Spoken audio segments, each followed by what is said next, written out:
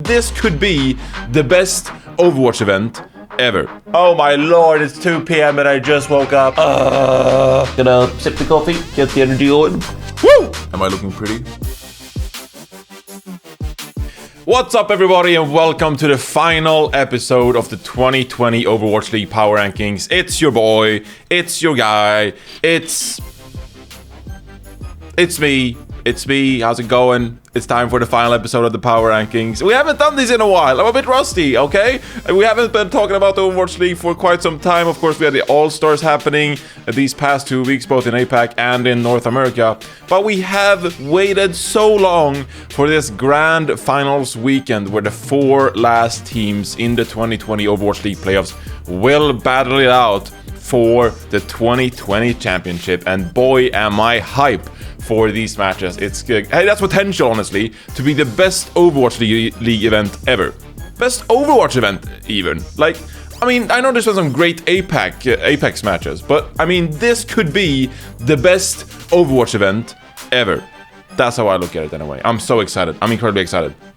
It's about 2 p.m. here where I live, and I just got out of bed because we're trying to reset our sleep schedule for the APAC games. I hope you are as well. I hope you'll be drinking some coffee and staying up all night watching these incredible matches, because honestly, it's going to be dumb lit, as Matt Morello would say. He's not here, but I'll vouch for him. He would say that about these matches. Now, let's get to the actual power ranking. So, at number 1, of course, let me just preface. If you're new to Overwatch, we got Shanghai Dragons, we got the San Francisco Shock, we got the Philadelphia Fusion, and the Seoul Dynasty. So we only got 4 teams to rank this week, okay? It's not the most difficult power ranking I've ever done in my life. Trust me, we've had some shaky power rankings this past year, if you've been following this series. Power rankings! You wanna talk power rankings?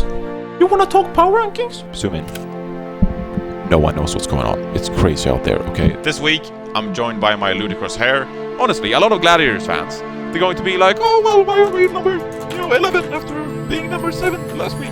We've gone full sellout at this point. Pay me that extra cash. Johnny had him at 5. Okay, that's crazy talk. As we appreciate my nice tiger shirt, it's my favorite shirt. I hope you all like it. Let me know down in the comments. I get it, London fans.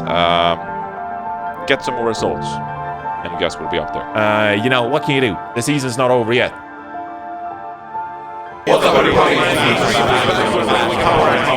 But it's finally come down to the last 4 teams. So let's rank them appropriately, and let's value some of their strengths as well as some of their weaknesses. So, at number 1, I am going to have the Shanghai Dragons. You better know I will have the Shanghai Dragons at number 1. They've been so incredibly impressive in the APAC region all year. Generally speaking, if you are new to the Overwatch League, this Grand Finals event, APAC has been the stronger region overall. You've had some fantastic teams like Guangzhou Charge, New York Excelsior. So these are fantastic teams, and Shanghai Dragons just dominated the opposition. They looked so extremely good. I believe they have 5 out of 6 of their starting players were role stars.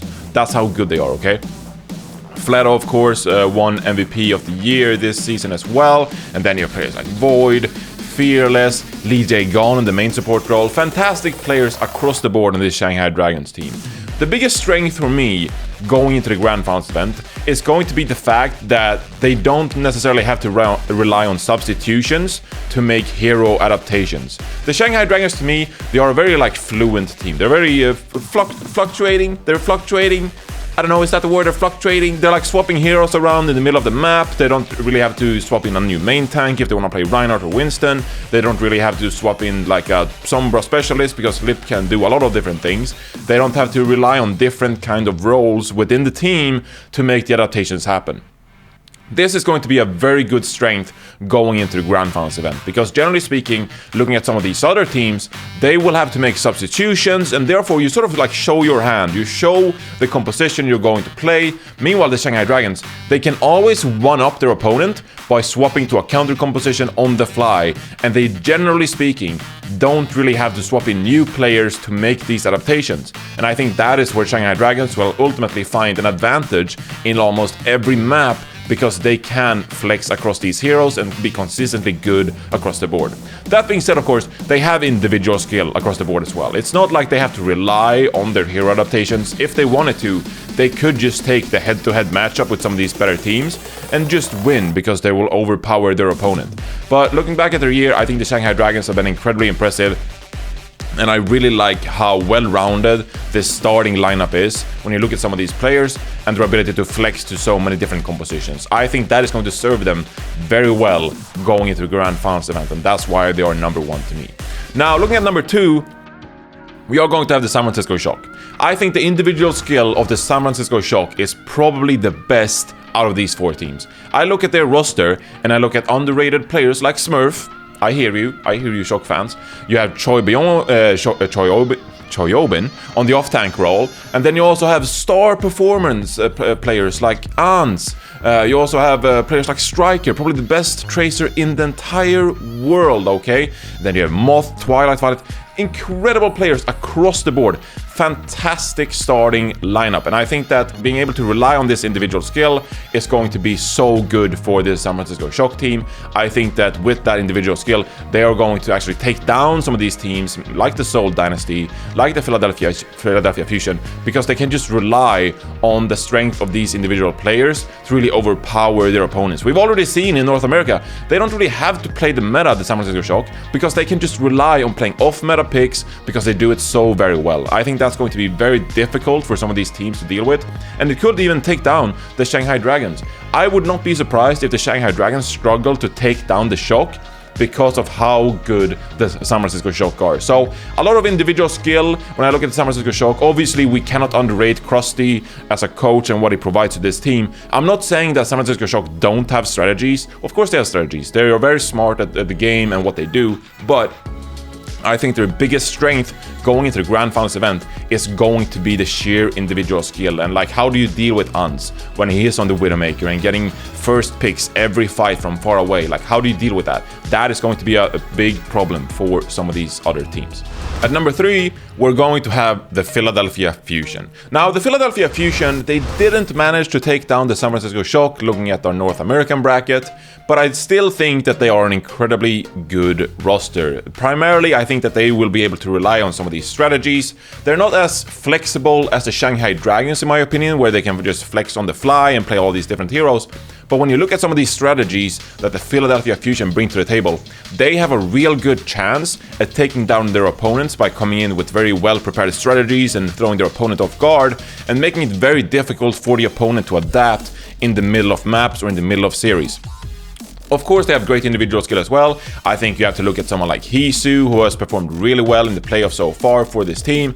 Obviously, on off-tank, you can pick between Poco and Fury, 2 of the best off-tanks in the league. You have Rookie of the Year, Alarm in your backline as well. So there is a lot of individual skill on this Philadelphia Fusion roster, but I think if they want to win this event, I think that they have to rely on some of these niche strategies and maybe like try to throw their opponent off guard and find an advantage that way. I think when you look at their series against the Washington Justice, that's a prime example of the Philadelphia Fusion coming into a series prepared and then just demolishing their opponent because they know exactly what they want to do. The Justice couldn't adapt. And like, okay, you can make the argument that Justice shouldn't have tried to adapt in the first place because they did so well with the Sora composition. But still, when you look at some of these strategies that Philadelphia Fusion brought to that match, on so many different maps as well, we saw on Volskaya Industries, Kings Row, they were prepared for almost all aspects, for almost all maps, and that is what makes the Philadelphia Fusion so incredibly strong going into this event. So I would look out for certain pocket strategies to perhaps take that individual skill gap and just take it to another level with strategies. That is what I'm looking out for if I am a Philadelphia Fusion fan. That is where they really shine. Also, Sato, good main tank player, by the way. Good main tank player, I will say that. Now, for number 4, it is going to be the Seoul Dynasty. They are last place among these 4 teams, and that, you know, you can't read into that too much. These are 4 incredibly strong teams, and I've said before in this video, I think this could be the best Overwatch event of all time. And I really mean that, because when you look at all 4 of these teams, I think they bring some kind of different flavor to the mix. They have their own strengths, and I think that they are all 4 very evenly matched. Yes, there is a bit of a gap between the Shanghai Dragons at number 1 and Seoul Dynasty at number 4, but I don't want to dismiss the Seoul Dynasty. You can't dismiss this team, okay? Because they have incredible players like Prophet, who is better when it comes to these playoff matches. We've seen in the past where he just takes his team and just drags them across the finish line. You also have someone like Bedosian, who hasn't seen a lot of playtime as of recently, but he's still an Overwatch League champion, okay? You cannot really underrate someone like Bedosian as well. So I think across the board here, the Seoul Dynasty, they are going to fight an uphill battle at this event. But they've also shown that they are prone to play a lot of different strategies and bring their own kind of style and flavor to this mix. When they played in the qualifiers, I guess you could say, in the APAC bracket that they finally qualified for the top 2 in, I think that you saw them really play a different kind of composition that not a lot of other teams were willing to try out. They were playing some Sigma strategies. They were playing some Roadhog strategies. Meanwhile, you look at some of these other teams in the APAC region, they didn't really dare go that far. They didn't want to change it up. They wanted to rely on what they knew best. But the Seoul Dynasty, they weren't afraid to change their composition up and try something different, and then just kind of go into the match thinking, hey, this is a new strategy that we kind of like, and we're going to take that new strategy, we're going to adapt with our individual skill, with players like Prophet, Fitz, and we're just going to take it to these opponents and try to throw them off guard. And they did that successfully, and that is what is very scary about this Seoul Dynasty team. I think that Prophet really is the wild card in this playoffs. And people people get upset sometimes because you always talk about Prophet. Oh, it's Prophet here, Prophet there. He is incredible. And I mean, you really saw in the 2018 playoffs when he made the Lionel Spitfire beat the Philadelphia Fusion in the grand finals. I think you really saw the difference maker Prophet can be for some of these teams. So, looking at this Grand Finals event, I do think that the Seoul Dynasty, they have the potential to upset a lot of these teams. You know, it's not out of the world for a team like the Seoul Dynasty to really take down the Philadelphia Fusion. They come in with a new strategy, they have Prophet just pop off, and they do all these wacky compositions. I think that is going to be a really scary thing for some of these teams among the top 4 here. So I would not count any of these teams out. I think these 4 teams are incredibly strong. They bring their own individual flavor. If you're a fan of any of these 4 teams, I do legitimately think that all 4 of these teams have a great chance at walking away with it this 2020 season. So I am incredibly hyped. I am still a bit tired. Can we have coffee on air? Oh, yeah, let's have some coffee on air. That is in the mood I am in. Good moods all around. Cold brew boosted animal. That is me right here, okay? We're coming off a great All-Stars weekend. I am so excited for this Grand Finals event. It's going to be legitimately insane, so you better drink your own coffee. Stay up all night if you're on the Pacific or on the East Coast. If you're in Europe, good job. Good job. You will have a good time adjusting to the sleep schedule. So enjoy that.